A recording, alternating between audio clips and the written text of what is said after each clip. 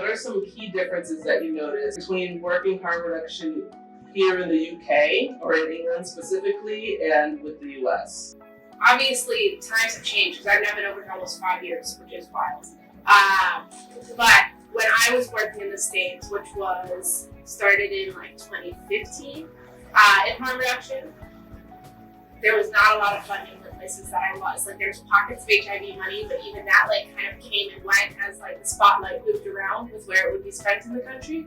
And so it was a lot of digging under the couch cushions to make stuff happen, especially the stuff that was sort of like on the cutting edge of what we knew we needed, but government didn't know we needed yet in terms of responding to fentanyl early on, the early days of taking the naloxone rollout. Loads of that was like us getting really creative with money where there was money, or finding things without money, whatever that looked like. And I think that creates a really creative, pragmatic skill set that like amongst loads of people who call themselves harm reduction in the US, like that's the thing we're proud of and that we know our community to have a sort of mutual aid approach. Right. By and large, that does not exist here.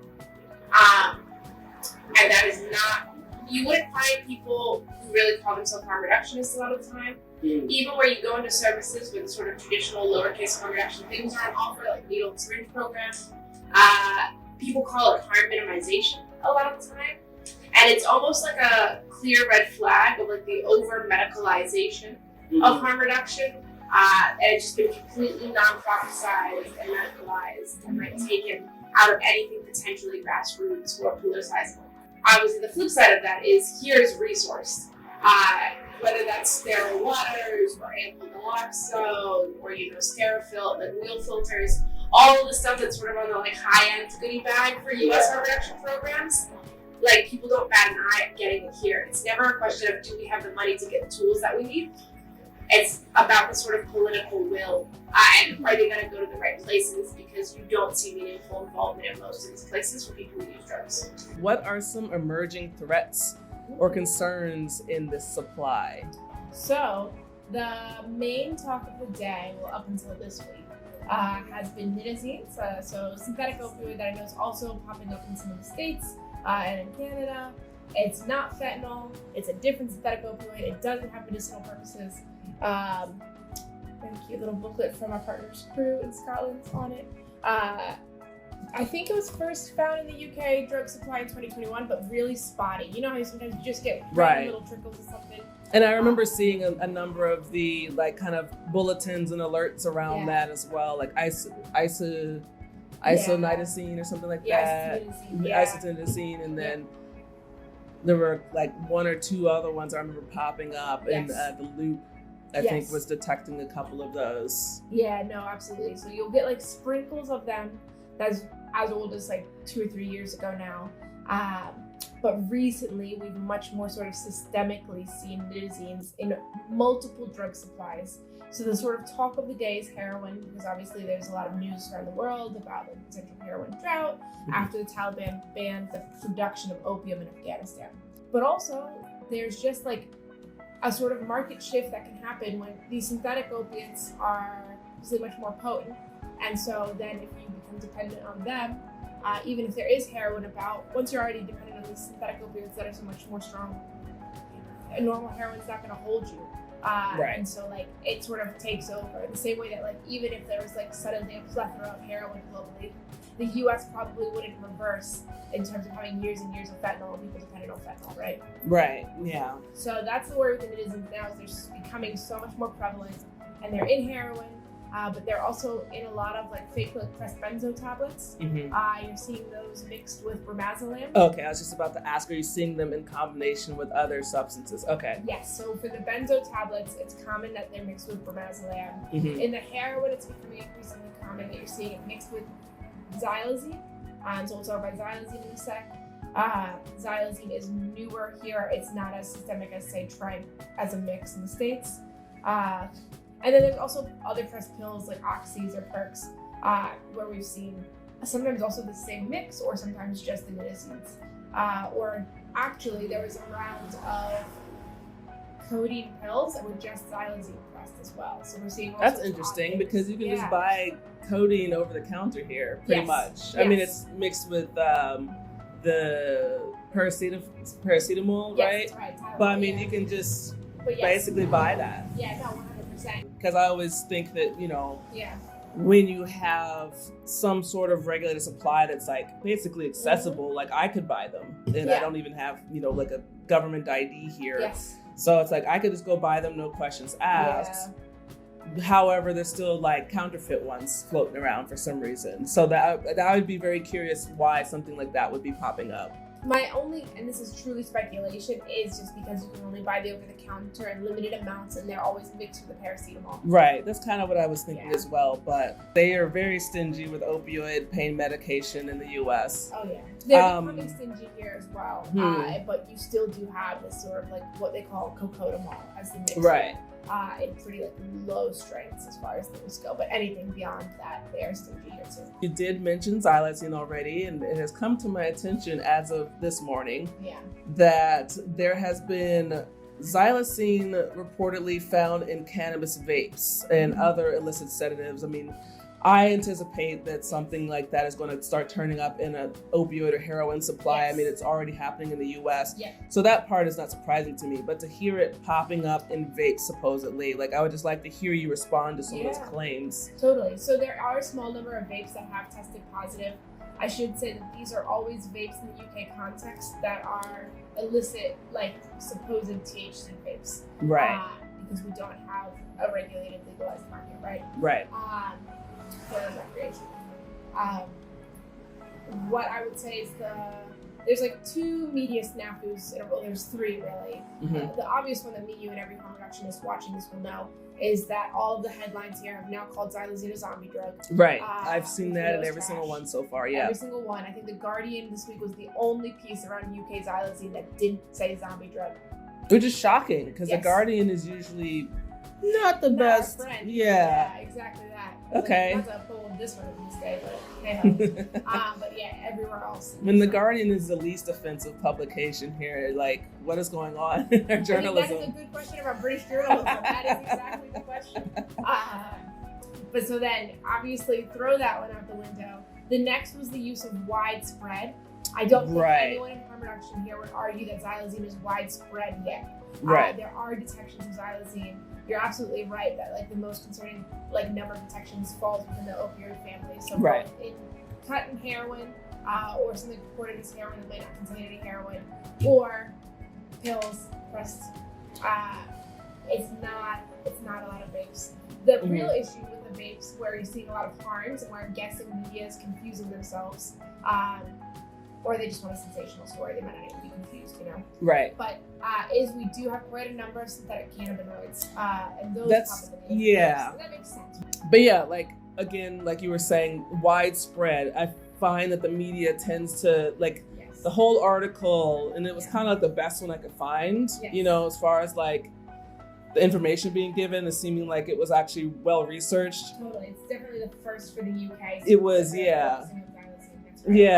But for them to find Xylazine in 2 samples out of roughly 34 that, as far as I could tell, wasn't used. It was just tested in something. They didn't use it.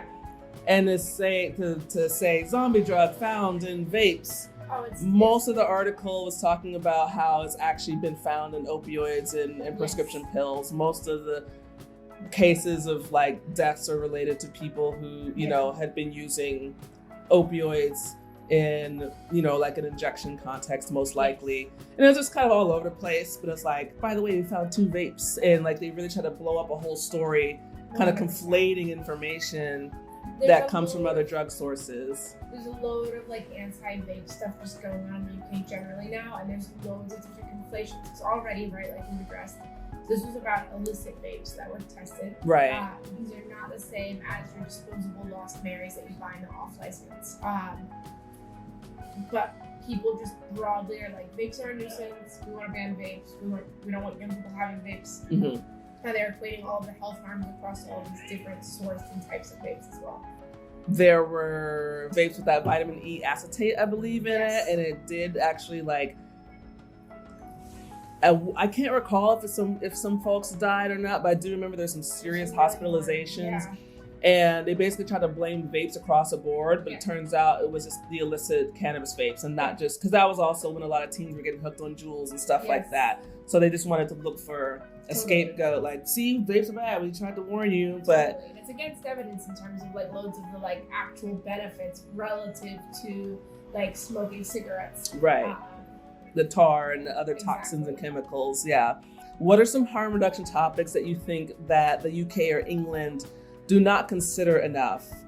I think harm reduction as a whole here is so under thought about in terms of being like a particular political and philosophical approach and commitment to the rights of people who use drugs that it manifests in loads of different ways, but like largely all of the different things that I feel like are under discussed are things that in talking to people who use drugs, who either come through to release or are my friends or are my community, get ignored because the agenda is not set by people who use drugs. Right. So from stimulant harm reduction to like appropriate harm reduction for people who sex work to, you know, loads of different, there's like very little on sniffing or smoking here. True. Crack pipe provision is still illegal in England. Mhm. All of these different things are all under focused on, but they're all also structurally under discussed and under focused on because people who use drugs have no possible seat at the table to actually meaningfully influence what harm reduction does. And harm reduction is not about recognizing agency amongst people who use drugs here. It has been defamed. Yeah, I find that does start to defang this a bit because Totally. now you have to kind of appease, you know, the overlords who are like giving you money for Yeah. this stuff. The hoops you have to jump through in order to access those funds and whatnot tend to be very limited. Yes. You know, like not necessarily in the fund itself, but what you No. can do with the money. They tell Totally. you They basically, I don't, restrict, yeah. yeah, I don't think a lot of people are aware that lots of times these grants or these funds, there's like stipulations. Yes. It's like you can only buy this type of overdose reversal medication, or it has to be these types of materials. Like it can't be used for drug checking, or it can't be used for, you know, like this is a lot of, there's a lot of kind of red tape. Totally. I will say on some of that red tape back in the day, and I'm sure this is still going on, I'm just disconnected. Like we experienced, not always, but a lot of that red tape, even, you know, a decade ago. And you learn the right ways to lie, but that itself is a skill set. Even when you know how to do that to circumvent the obvious red tape issues, it is a full-time job being the person who knows how to lie and make the paperwork line up so that Right. you can continue to do the funding. And if you have 60% of your organization dedicated to making the lie look right, That's a lot of overhead. that's a lot of overhead. And Lying so that, overhead. and then people turn over and burn out, and then Oh, yeah. you just become the lie, and then that's the non-profitization happening. Even if you intended to resist it, like it can become all consuming very quickly. And so I think we need to have some more proactive strategies to keep that from happening to some of our smaller organizations. Yeah, absolutely. Let's talk about the hub then. Let's do it. We're sitting in here. We're sitting in it. So this is the hub. It looks a little silly right now because we actually are going to paint these walls a bit of a darker color next week. So we've not actually properly hung anything up yet. So once we get properly painted, then things will get hung up correctly. When you've done a pan around, you'll see we've got a big chalkboard behind. And the goal with this is we want lots of the space to be like interactive. So we want people to put things up on the walls themselves. We want people to write on the chalkboard. So we're gonna start to like build out components that like make the space physically interactive. We're gonna get rid of this couch actually to the side of me. This was like the first run couch. We've got a better couch now. It's been a lot of drama getting this place furnished. But yeah, we're basically almost there. We've got all the harm reduction materials, which is the important bit. It's just sort of like making it comfortable to sit in, and we're gonna open the Monday after next. So in a week and some change. All right. So I'm very excited for that. And we'll be doing free fentanyl strips, Xylazine strips, and Xylazine test strips. We've got loads of different literature. You can stop in and get signposted, get naloxone, and get naloxone trained. Speak to one of our legal advisors if you need that type of support. It's like sort of like walk-in one-off legal advice is incredibly rare. True. And so yeah, the fact that we're building full of lawyers is like, yeah, ask some questions. We've got some of our like sex work in the law type booklets, and our advocacy guides, which is about navigating common obstacles if you want drug treatment. So it goes like chapter by chapter and says, what do I do if I'm pregnant? Or I'm worried about like admitted that I have kids, or I'm on supervised consumption and they won't like take me off of it and stuff like that. So the whole methadone system, that's one thing that is quite different here in the States. Right, yeah. So here you do go to your regular community pharmacy to get your methadone, but many people are kept on supervised consumption where they take it in front of the pharmacist, but in your community pharmacy. Right. So if you live in a small town and that's your only pharmacy, you might be doing supervised consumption basically in front of your neighbors every day, and that's super stigmatized. Yeah. So there's some pros and some cons to the system. But yeah, so we're going to be doing lots of advocacy for this space, like hopefully building town halls out, like kind of building some co-ownership. And then the goal is, right now it's the release harm reduction hub, which is cool. But we're hopefully going to actually be building up a community of people who use drugs who sort of want to co-govern the space. And then the governing of the space will move towards more of a nascent drug users union, which like release will help incubate and be the financial sponsor for. But the governance of a space like this should be with people who use drugs directly. Nice. Yeah.